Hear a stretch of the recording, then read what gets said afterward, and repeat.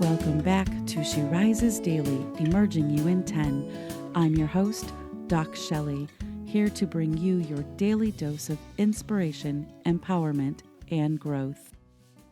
Have you ever noticed how quickly your mind turns a neutral event into a personal one?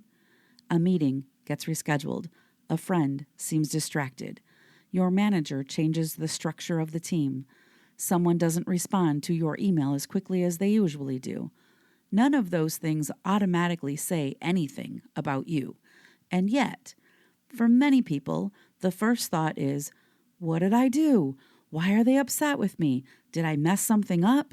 Is this because I'm not doing a good enough job? It is amazing how quickly we make ourselves the explanation. Today, I want to explore why our minds do that and why learning to become curious instead of self-critical can completely change the way we experience our relationships, our work, and even ourselves. Uncertainty often turns into self-blame. I've said it before, you're going to hear me say it 1,000 more times. Our brains do not like unanswered questions. Sometimes, instead of simply filling in the blanks, we fill in the blanks ourselves. We become the reason. We become the explanation. We make ourselves the problem, not because we have actual evidence. It's because uncertainty feels uncomfortable. And if we can't explain what happened, our brain would rather blame us than leave the question unanswered. That is a very heavy way to move through life. Personalizing isn't the same as taking responsibility. Taking responsibility is healthy. It's basically asking, is there something I need to learn?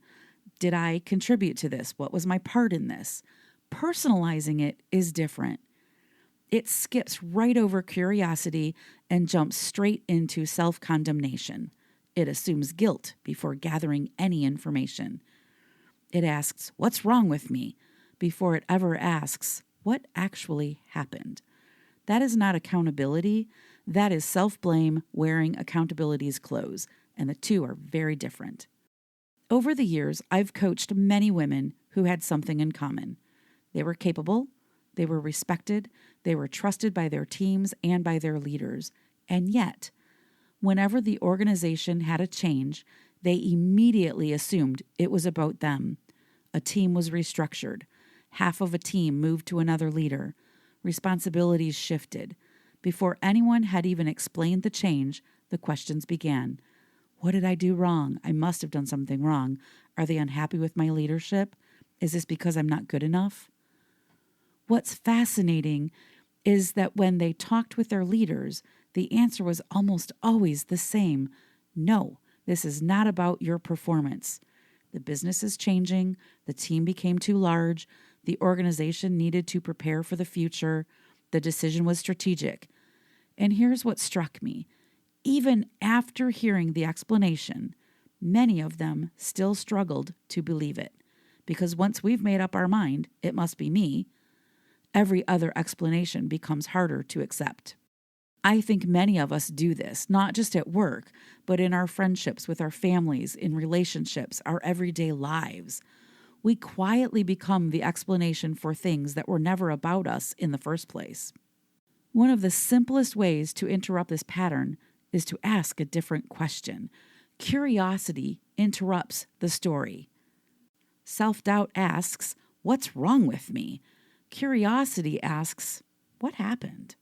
Those are not the same question.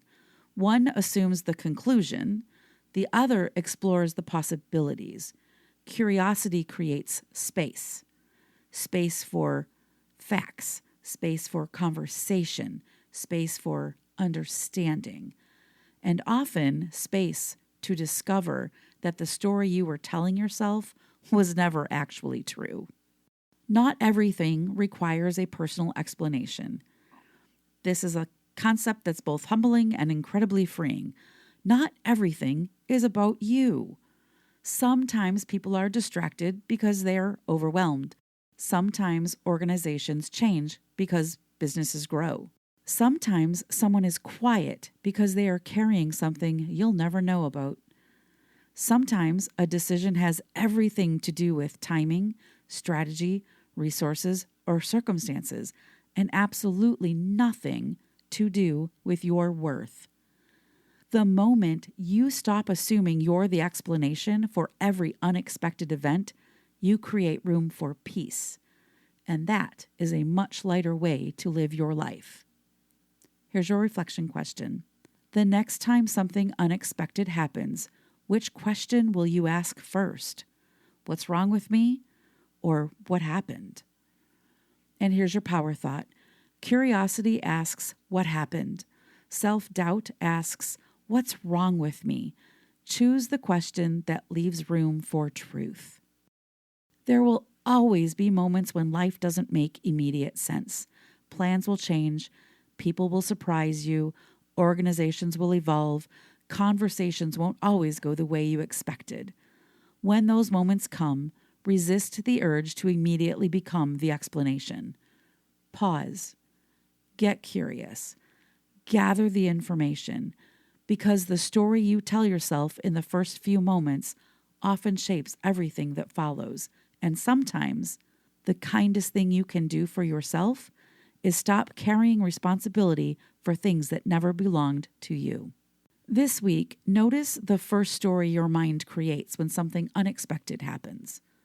Before accepting it as truth, ask yourself, am I making myself the explanation, or am I gathering the facts? Practice choosing curiosity over conclusion.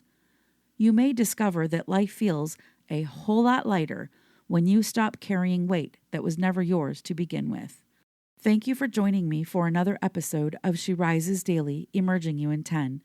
If today's episode made you think of someone who tends to blame themselves whenever life takes an unexpected turn, please share this episode with them. Sometimes the greatest gift we can offer another person is permission to stop carrying stories that were never theirs to hold.